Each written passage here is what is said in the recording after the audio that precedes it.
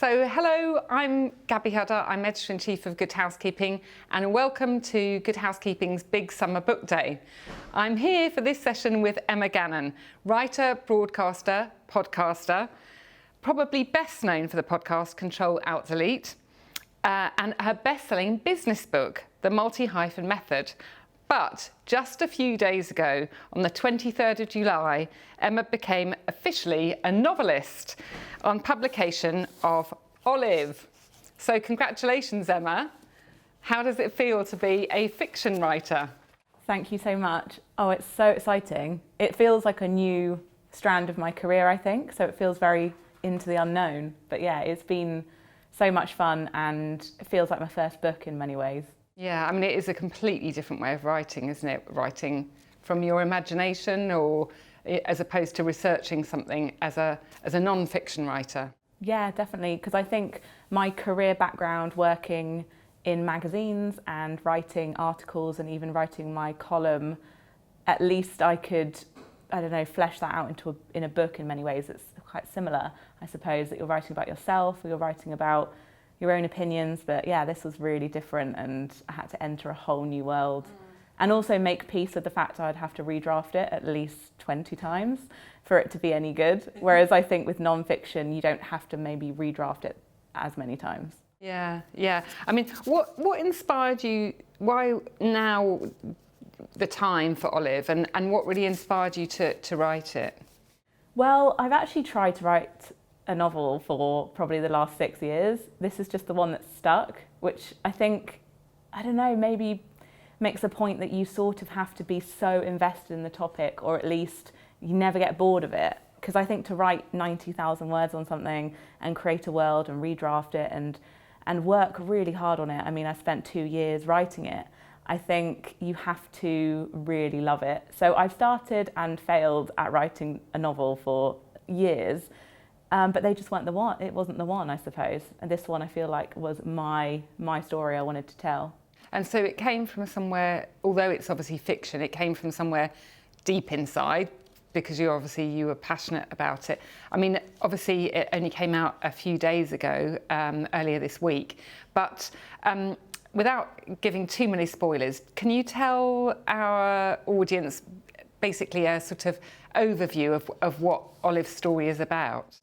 Yes, so Olive is the main protagonist. She is 33. You meet her at a bit of a sad moment in her life. She's just broken up with her boyfriend of nearly 10 years. And that's obviously a huge chunk in her life because she's 33. And the reason they broke up is because she didn't want a child and her boyfriend Jacob was desperate to be a father, but they'd only just realised at this time that that's what they truly wanted. Like over the 10 years, they didn't really speak about children. And so, yeah, you meet her post-breakup and then you meet her 3 best friends. This is a story about 4 women and their friendships. And Olive obviously doesn't want children, but her 3 best friends very much do. They want to be mothers. It's kind of all they can talk about. It's all they can think about. One of them is going through IVF, one is pregnant, and the other has 3 children already. So they are mothers and they have changed over the years, whereas Olive very much feels like she hasn't changed. So yeah, it's a story of 4 friends who were so similar for so long. They went to school together, they went to university together, they came to London together, and then suddenly they're at a crossroads and Olive does feel like she's being left behind. It's interesting, isn't it? Because 2020, there aren't, you'd have thought, that many taboos about women anymore. But actually, I mean, myself and the team, we were trying to think of other novels where the main female protagonist is sort of, wants to be child-free. And I mean, we can't really come up with any. It does feel like a bit of a taboo, a female protagonist choosing to be child-free. I mean, is that why you wanted to sort of go there with this character? Yeah, definitely, because I've consumed quite a lot of non-fiction on the topic. I think it's really fascinating, women who choose not to have children. I'm drawn to them, and I don't know why. This unapologetic life choice that they always feel like they have to defend, but ultimately they're happy with. And I suppose, yeah, it's just something I wanted to explore, and something maybe deep inside me is true for myself, and therefore I could put myself into Olive a little bit, because I am asked a bit, you know, is it from a true experience? And I think I don't want children. And so I was able to put that into the novel. And I might change my mind, but right now I feel like I can really go with that and feed that character of this person that really doesn't want them.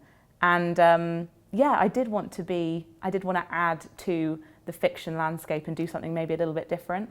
I was a little bit worried that if I got a publisher for the book, that they might suggest that maybe at the end she has a baby in her arms and lives happily ever after.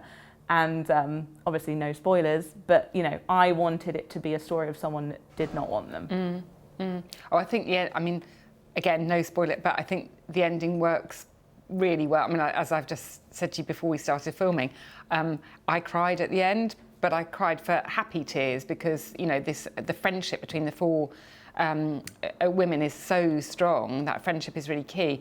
I mean, I know when you and I met before with your publisher, you were it took about 5 minutes before you sort of confessed that Olive is based on you, and you know, you sort of said that initially you didn't want people to think Olive was you, this was just a novel, and so, but literally within 5 minutes flat says, yeah, this is kind of me.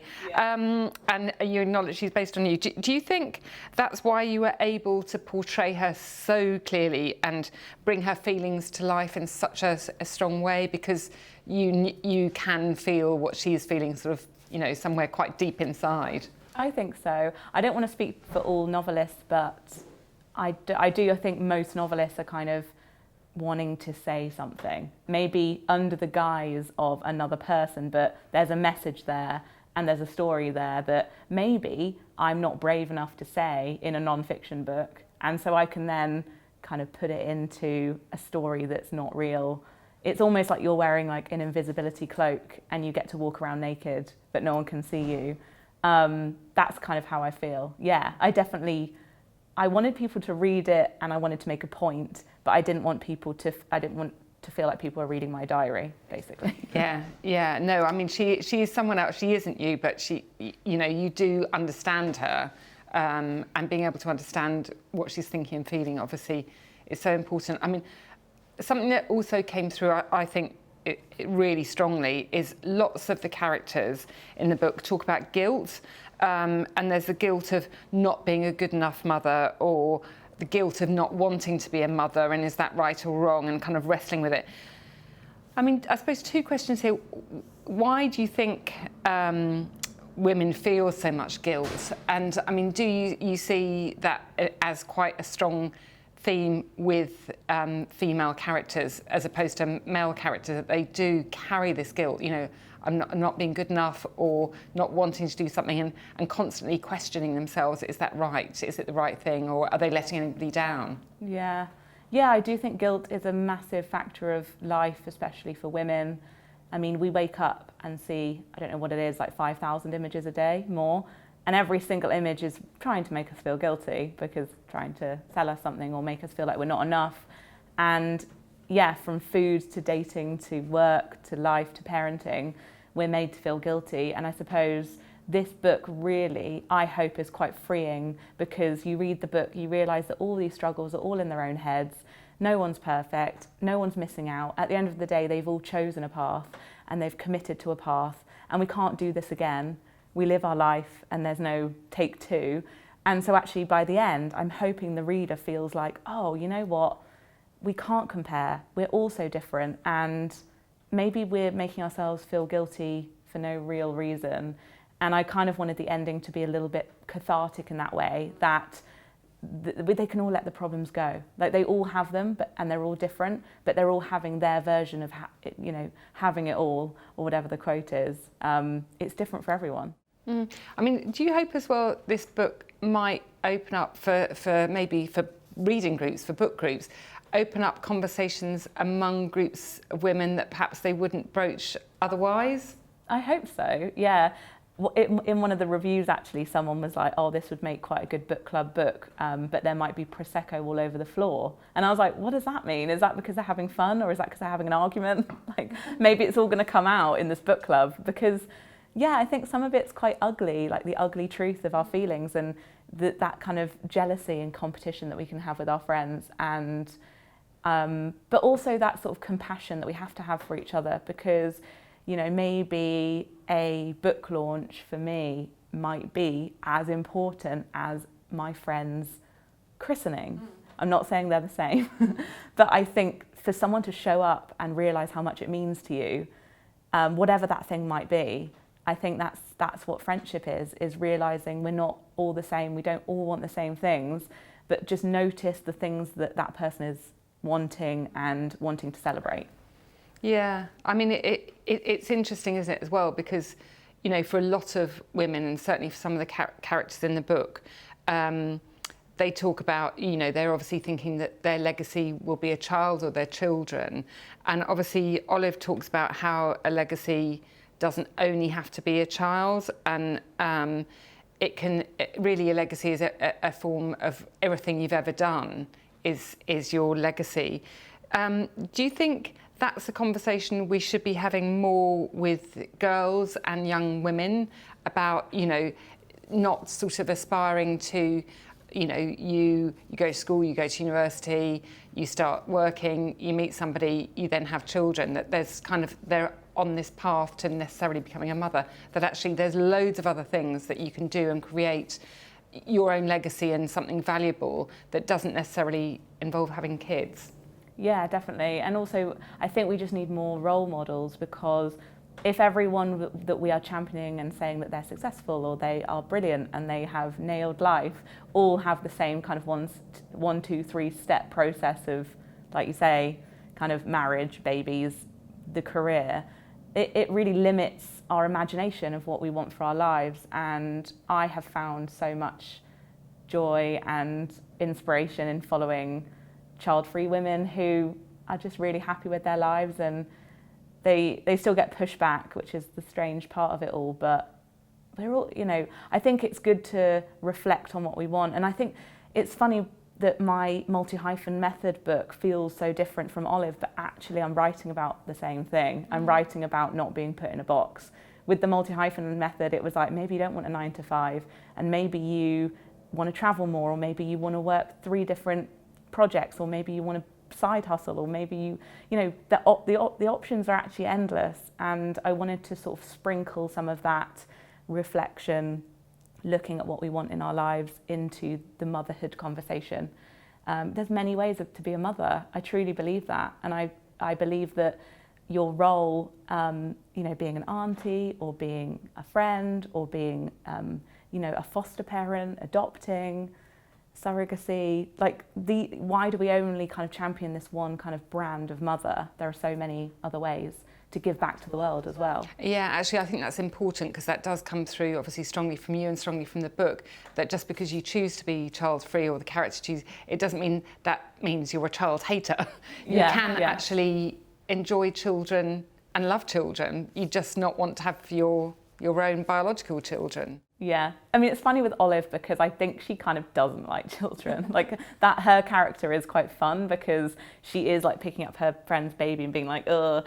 Yeah. And that's okay too. But yeah, I interviewed a spectrum of women for the book, and they were all so different. And that's the thing, there's not like one child-free woman, just like there's no one mother. And so all these women I interviewed were so different as well. And some just said to me, don't like children, don't want them near me. And some others were paediatricians, teachers, you know, worked with children, love children. So yeah, I just hope this book continues on these sorts of nuanced conversations. Definitely, and sort of takes people into other areas about life, about womanhood. I mean, you've obviously been called the voice of the millennial generation, which is sort of quite a big label to carry. But I mean, it is tough for your generation, isn't it? Life is changing probably faster than it has for any generation before, certainly expectations and choices available to women. Do you feel that actually, although there's more choice in a way for women of your generation, it's quite complicated, isn't it? Yeah, definitely. I mean, it was probably simpler when you had one choice, even though that's obviously not something I would want to endorse. People say it was simpler when the man went to work and the woman stayed at home. Like, people would say that is actually simpler on paper. Not saying that is something that I condone or would want for myself, but there are maybe pros and cons to something being a bit more limited, but I am happy to be paralysed by choice. It's like such a privilege to look at loads of options and think, what one should I pick, or what one should I try on, or what one should I go for. I think the thing about motherhood is you can't try on motherhood and then give the child back. That's the one part of all of this that you can't just dip your toe in and try. So I think that's why I wanted to talk about it. It's such a huge decision. Everything else, you can move house, you can go travelling, you can change jobs. It's all quite fluid, and I think that's sort of the way I want to live my life, is just trying things on.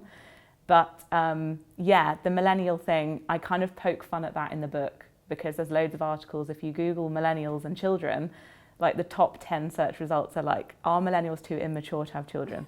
Are millennials too much, are they idiots? Are millennials too entitled or too self-obsessed? And do millennials want to have pets rather than have children because they're not responsible? So we're like infantilized in the media still for being lazy. So maybe people will think that about me, but really I'm just a woman talking about a topic.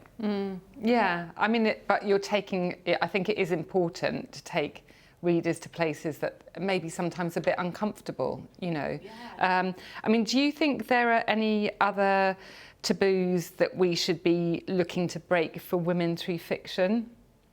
I mean, that's a bit of a big question, but other areas around relationships or other things that should be exploring. Maybe there is something to do with the dating and relationships. I mean, every book is compared to being like the new Bridget Jones in some way, because that book was so seminal in terms of, oh, look, a single woman who has, is getting her life together. And that's obviously still a stereotypical ending. So maybe we do need more books, I think, where the ending isn't happily ever after, because I don't think life works like that. Disney has a lot to answer for in terms of what little girls thought they would grow up and have. And I'm just a bit of a lover of reality, and I love reading books that are realistic. I mean, Sally Rooney in Normal People, it ends on such a downer, but it's like life is a bit of a downer sometimes. And when I read that book, I felt seen and heard, and I felt like she was telling me the truth. Yeah. So I'd love a bit more truth in fiction, I think. Yeah. I mean, funnily enough, I've just been reading Bernardine Evaristo, Girl, Woman, Other, and I found that really fascinating for sort of similar. It sort of took me in places that I wouldn't normally go with fiction, and sort of getting to know characters that I wouldn't probably have come across without actually reading fiction and being in a book group. I mean, obviously, you and I are chatting at least a 2-metre distance here, and we're having a socially distanced chat. And we're talking in the time of coronavirus and a time just coming out of lockdown that very few of us have experienced before. Has fiction as reading sort of helped you through the lockdown at all? Do you think, and can it be helpful to people at this moment in time? Yeah, I mean, I've been reading quite a lot. I read more at the beginning, I think, when I just thought, okay, let's settle down into this new world. As things have started to pick up again, I think my mind has started to wander again. But yeah, I definitely read a lot at the beginning. I wouldn't necessarily say it's fiction though that is the escapism. It can be non-fiction for me. I've like gobbled up both. It's just, is it good? Is it a good book? And will it keep my attention?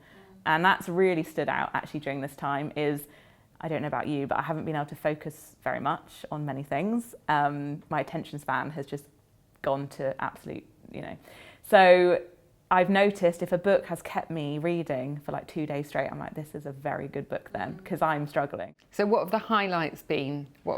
So I've loved Harriet Walker's The New Girl. It's a book about that sticky female competition in the workplace. So it's about 2 characters called Margot and Maggie. And it's essentially about a woman that goes on maternity leave, and her replacement is like a better version of her, or so she thinks. And it's about someone essentially kind of coming in and stealing your life. And I think that's every woman's fear. Yeah. Maybe it's every man's fear that someone, a version of you who actually is kind of better, comes in and just takes everything. So I love that book, and she's so on point about how obsessed we can get with people we are jealous of, especially with social media, how we can basically kind of stalk someone that we're jealous of to the point of being completely obsessed. So that was really fun. Yeah, and also that sort of slightly, hints at imposter syndrome, doesn't it? Or we all carry, sort of think, oh, there's a better version of me out there, or someone who could do better than me. I mean, obviously you have given us an interview in our August issue of Good Housekeeping about the books that changed your life. And I mean, it's interesting that books can actually change your life, or certainly broaden your thinking, can't they? And I just wonder if you could talk to us a little bit about books that you would definitely recommend to people watching this today as a way of sort of broadening them, or either entertaining them, or just changing their thinking, or helping them in some way. Are there sort of some key books that you'd pick out that you think, yeah, if you're going to read a few things this summer, these would be good ones to read? Yes, I mean, I have been reading a lot of non-fiction recently. So I think Harriet Walker's, if you're wanting a fiction that is very much kind of, I think, on the same lines as Gone Girl, something that's like quite thrillery. I also really enjoyed reading Candice Brathwaite's I'm Not Your Baby Mother, which is a memoir, but it's one of the only, or if not the first, memoir written about Black British motherhood. And I've been reading a lot about motherhood recently because of the book as well. And that was just, I can't stop thinking about that book.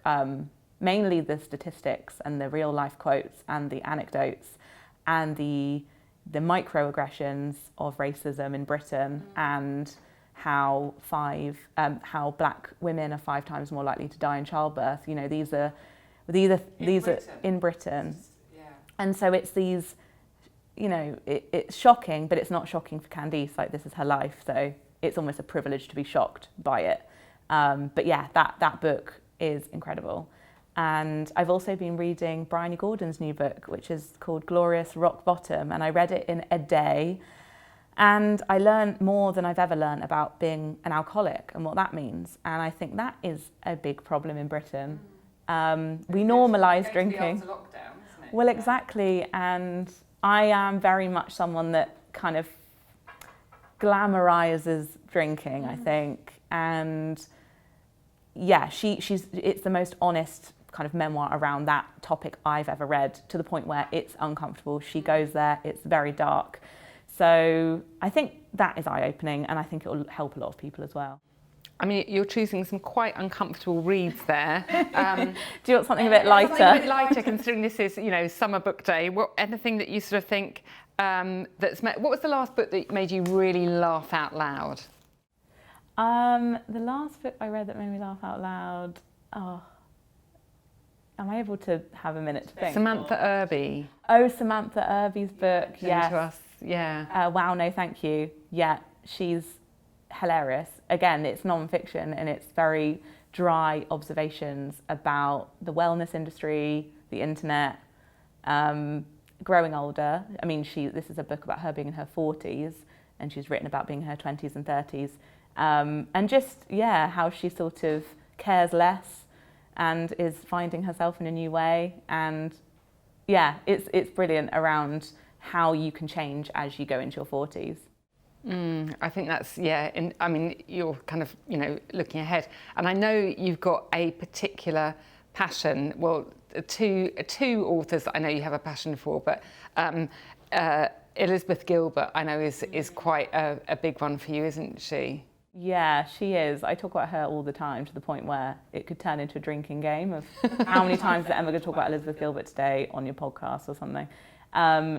She's obviously written amazing novels as well. City of Girls was a brilliant read of last year.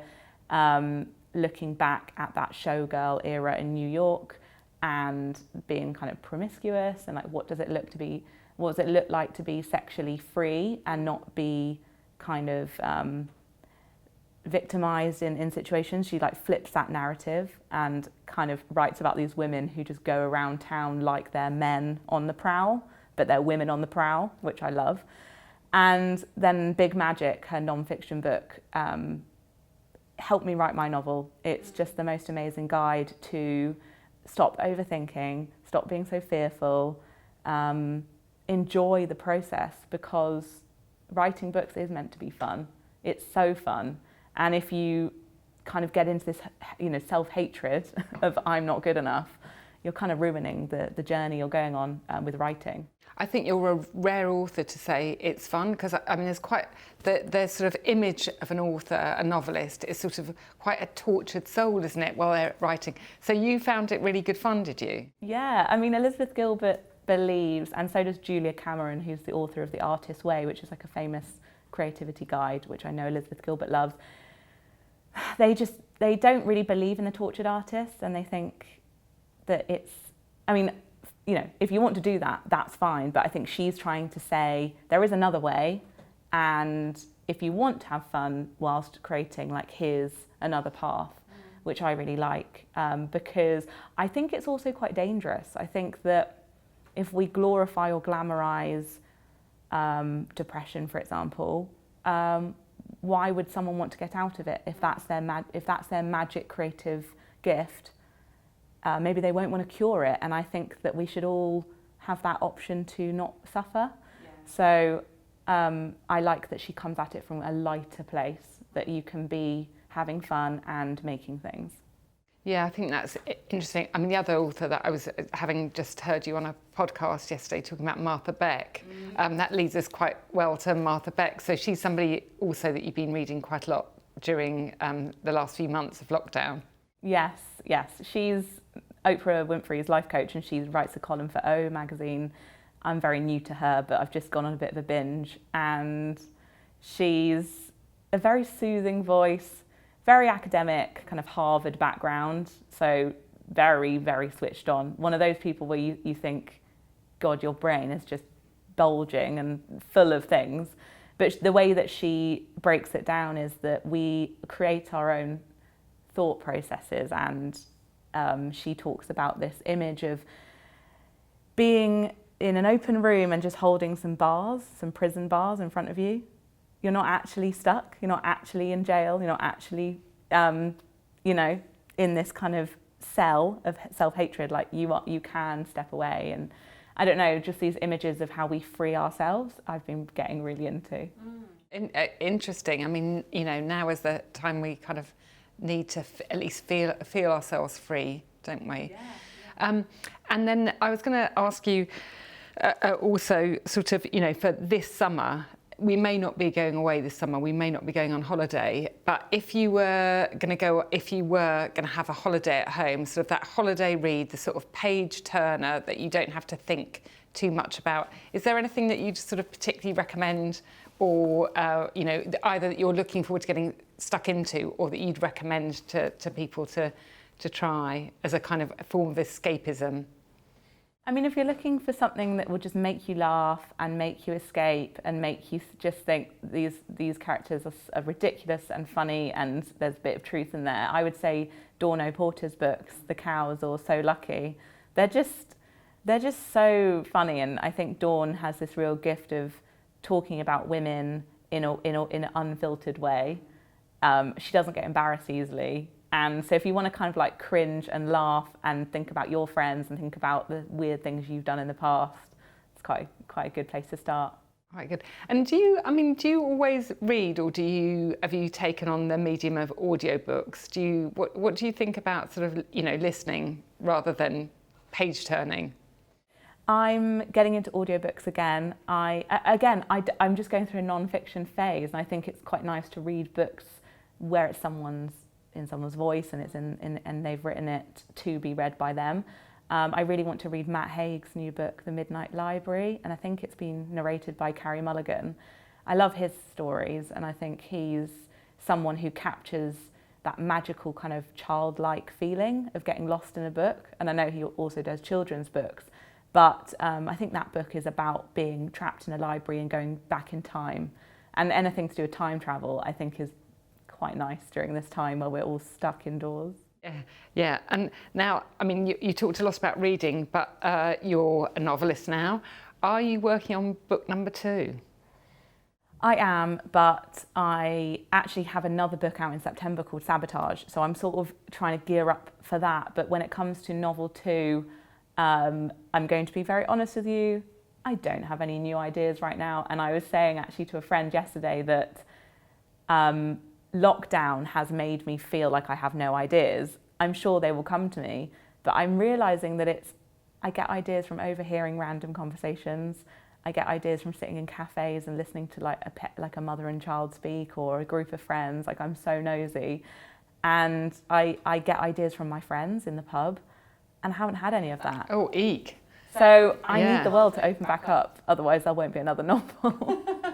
But no, I'm sure there are other ways to crack open that. But for anyone who is watching this who feels creatively stumped right now, I guess I'm just saying, me too. Yeah. And I mean, quite a tough time for you to be celebrating your first book launch this week, you know, when you can't have the great big party that you really should be having and would normally be having. So, you know, how are you marking the publication?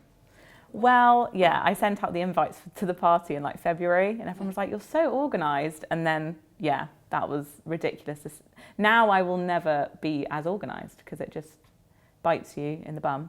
But yeah, I think I'm just going to celebrate with a very small group of friends. I mean, I'm lucky. I'm one of the lucky ones that actually by this time, you know, we can see people. It's not like we're completely inside now. You know, I do feel for the authors who had their book launches kind of in that middle period of the year where they couldn't leave the house. So I will still have a party, but it will be very small, maybe 4 of us. Oh, well, I mean, you deserve it. I have to say, I think this is a fantastic book. I will be recommending it to lots of my friends. And we started on Good Housekeeping a virtual book club when we started lockdown. So we've been reading lots of interesting things. And I think we'll definitely be doing this for our next one. So thank you, Emma. Much, Gaby. Thank you.